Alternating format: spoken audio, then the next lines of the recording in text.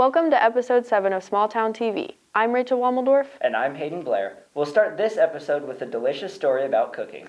The cooking classes offered by Family and Consumer Sciences teacher Jennifer Webster are often overlooked, but a few students have found their love of cooking and use her classes as a means to further develop this skill. Reporter Julia Means is here to give us the scoop. Jennifer Webster is the culinary teacher at Augusta High School. Through her experience in 4-H and teaching for over 40 years, she has sparked some inspiration in students to follow their own path in cooking. One student in particular is junior Natalia Ross. I started cooking because I find it fun and I like food. Today we are making fettuccine alfredo with garlic knots. Oh, I've been cooking for about 10 years. We're just using ingredients from home and we aren't measuring anything out. I don't like measuring stuff out because I feel like it restricts the amount of creativity you can have with cooking. I started cooking at school because it's better than the school food, and I get to cook with other people and show them how to do certain things. I preheated the oven so we can cook the garlic knots. I like cooking by myself and with people, depends on the day.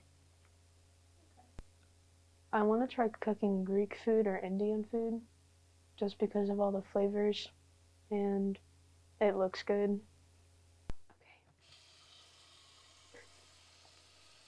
I might go to college for cooking. I have a lot of different career paths I want to go for though, so. I threw some salt in the water to give the noodles flavor. I'm looking at the consistency.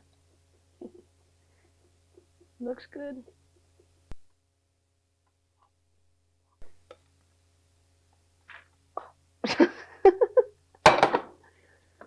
I am excited to try it. Okay, now we're gonna taste test the Alfredo.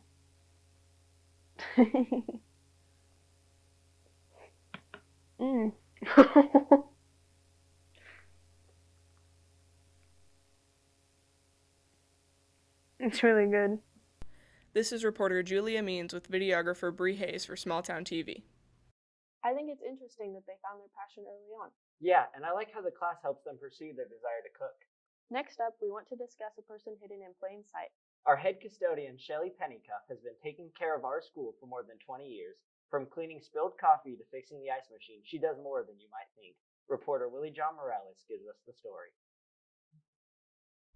Current head janitor Shelly Pennycuff has had the same set of daily tasks that she's had since she started working at the high school.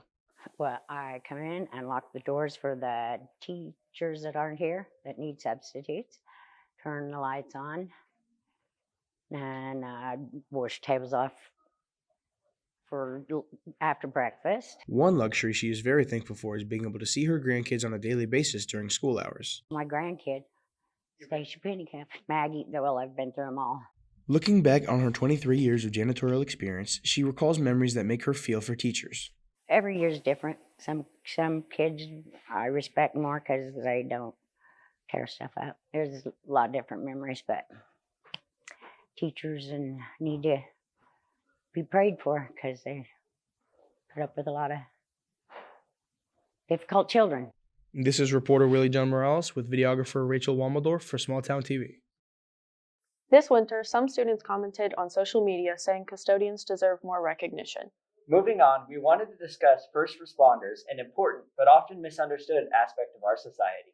Two dispatchers, Kaylee Lemke and Dustin Gassler, share their stories from their time on the job. Here's reporter Annabelle Smith with the story. We talked to Kaylee Lemke about her time as a dispatcher and what she would do day to day. My name is Kaylee Lemke. I am the Chief's Administrative Assistant, former 911 dispatcher. We range between 50 and probably 100 calls per day. Some days are not stressful, and other days you want to pull your hair out. So when a call comes in, either non-emergency or emergency, we're going to gather that caller's information. So basically their name, address, phone number, what it is that they're needing help with, whether they're needing police, fire, or EMS. We're going to ask basic questions like who, what, when, where, why. So we have all that information to provide to officers, as well as the fire department or EMS, whoever is responding to that call. Next, we talked to Dustin Gashler about his experience being a dispatcher. My name is Dustin Gashler. I've been working here about a little over a year now. One of the more memorable calls I've taken was an individual. It was right when I first started. He initially got a report of gunshots in town over by one of the car wash on Ohio. And when we sent officers down to go look for him and find him, he had ran back to his house and basically taken his parents hostage and was kind of holding them at gunpoint. And his parents were having to drive him all around. I think they even went southeast Wichita. They drove that far. We had multiple agencies looking for him, and they ended up getting him right in front of the Dillons, but he ditched the gun and everything like that.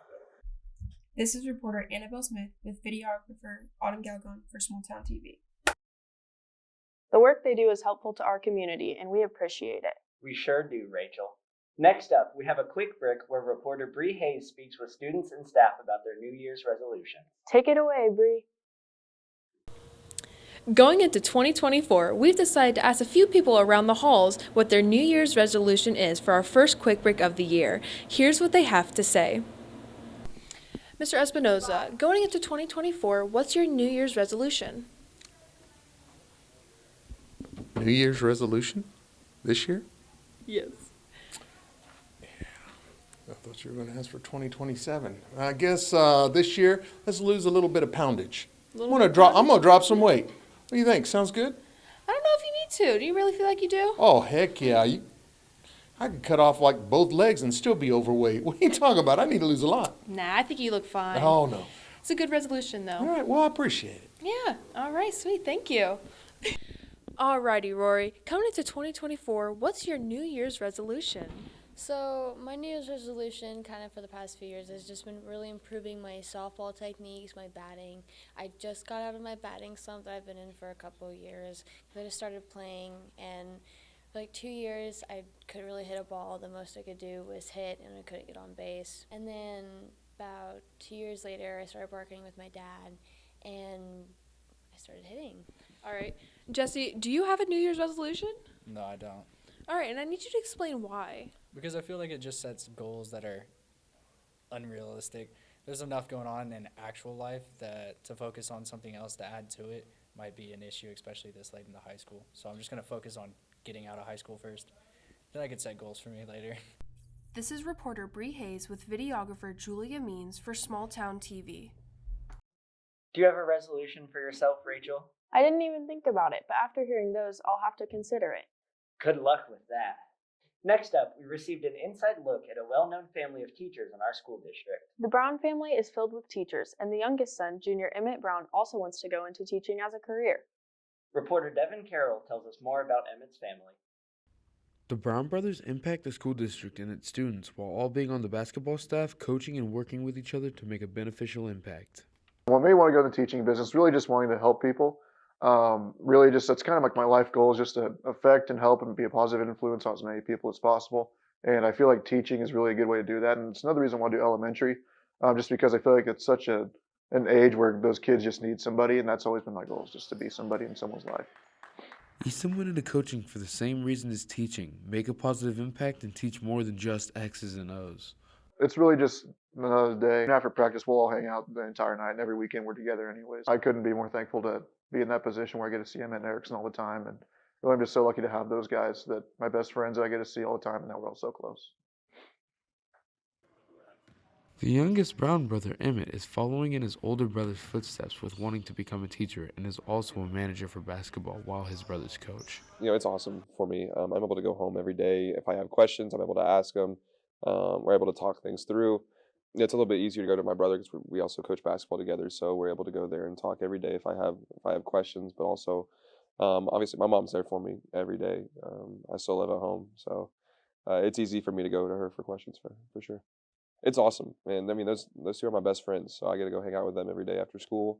When we go on the road for basketball games, hang out with them then. I couldn't ask for it to be any other way. I love it. This is reporter Devin Carroll with videographer Hayden Blair reporting for Small Town TV. They seem like a fun family. I agree. I love how they motivate one another to follow their journey of teaching. For our final story, we talk with Coach Abby Emmett about the bowling team. Reporter Isaac Bosky brings us the story. With the high school bowling season starting up, team members are using their own unique ways to bowl. Coach Abby Emmett gives suggestions on the equipment first-time bowlers should use. A lot of times kids come to bowling and they've never bowled before, or they have bowled before, but typically we just ask them to get a ball that's about 10% of their body weight, but no more than 16-pound bowling ball. So my first bowling ball that I had was 14 pounds, and then I've only stuck at 15 pounds from there. Team members use their personalized routines while getting set to bowl. Say I started bowling as a sophomore, and when I did, I was on a 12-pound ball because I just got out of a wrist injury, so that's the heaviest I could pick up. But over time, my wrist has gotten stronger, so I've been on a 14 and a 15 ball.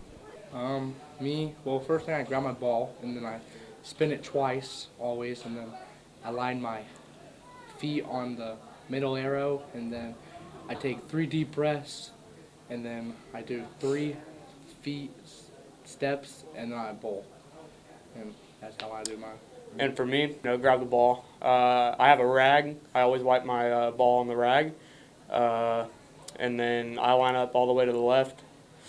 I always blow in my hands. And then take about 3 steps and then bowl.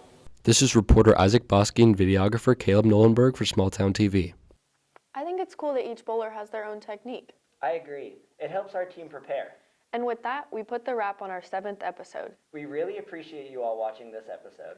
Don't forget to like and subscribe, and we'll catch you in the next episode.